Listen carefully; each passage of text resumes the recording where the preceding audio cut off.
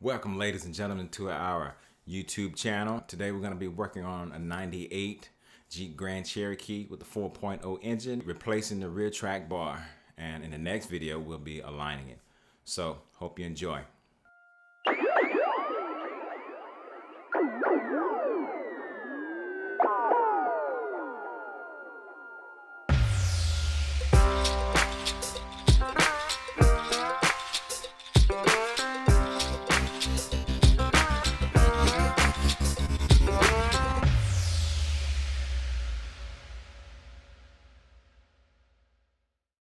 If you're going to be lifting your vehicle and it's not going to be stock height, lifting or lowering your vehicle, you're going to want an aftermarket adjustable track bar for the front and back.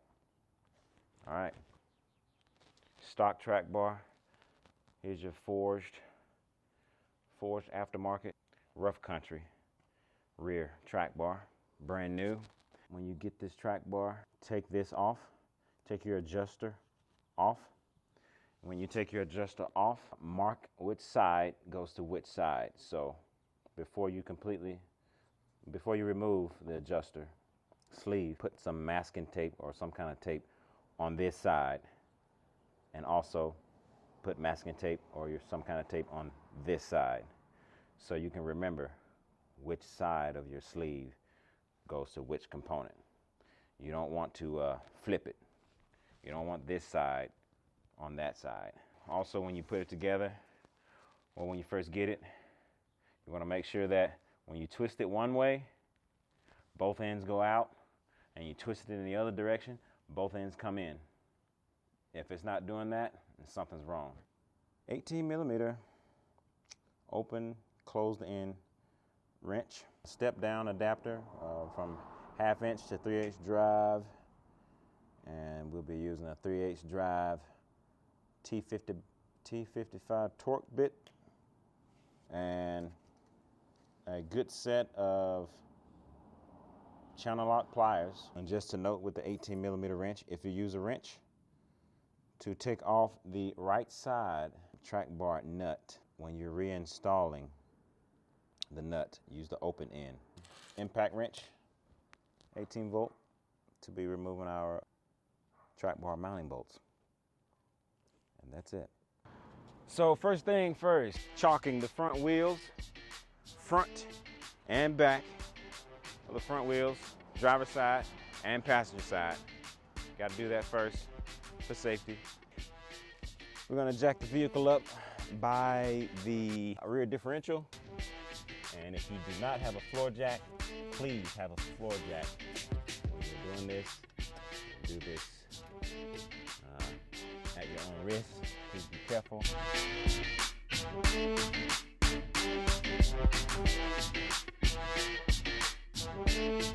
All right, so we're gonna be taking these jack stands.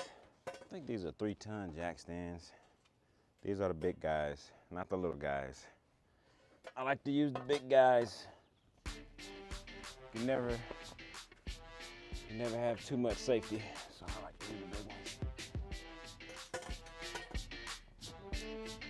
Like I said, don't do this alone. Always have somebody with you.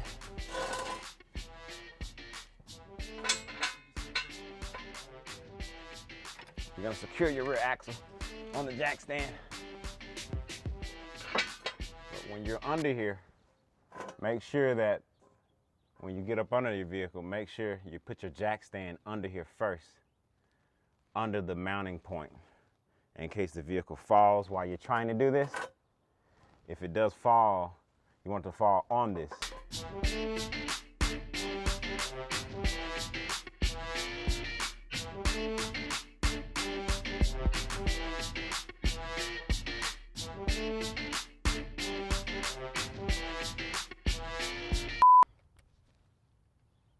You're gonna need a T55 torque bit for this job, preferably 1/2 inch drive, 3/8 if you're out of options. So here we go. I'm gonna be using the Makita impact wrench to save time and knuckles. Use some channel lock pliers to hold the nut on the back side or front side. And I'll get you that size. I need to get that size for that nut.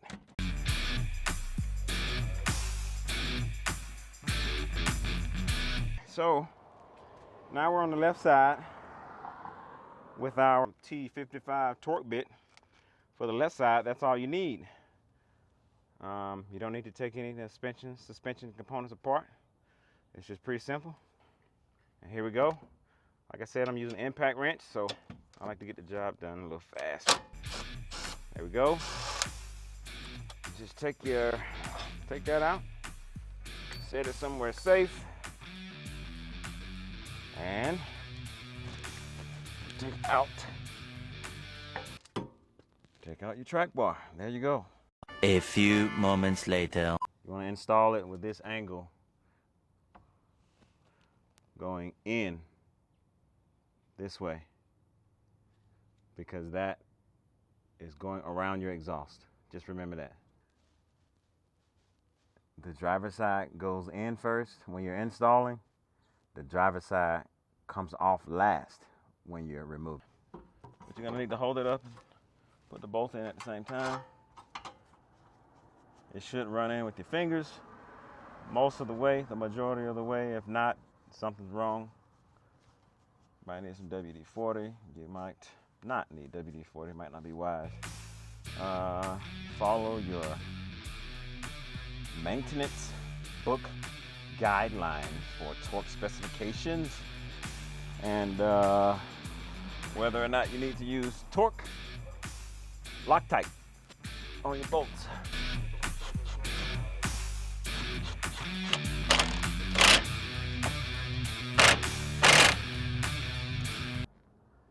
I think when I took this thing off, I removed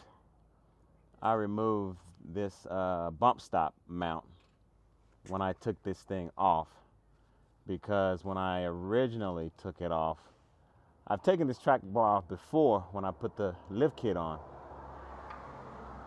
And when I did that, I think the bolt was facing this way. But when I took it out, the bump stop mount was in the way. So I had to take it off. So you might have to do that. I forgot to mention that in the removal of the original track bar.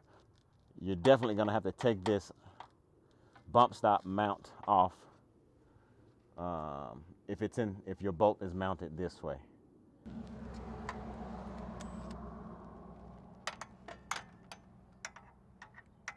Again, this is the right side. Torquing the right side. I got the impact wrench on mine. Please refer to your owner's manual, or not the owner's manual, but the maintenance manual for your torque specifications for all nuts, bolts, and fasteners. Thanks for watching and subscribe. On our next video, we'll be covering the rear axle alignment. And don't forget to smash that like button. Peace out!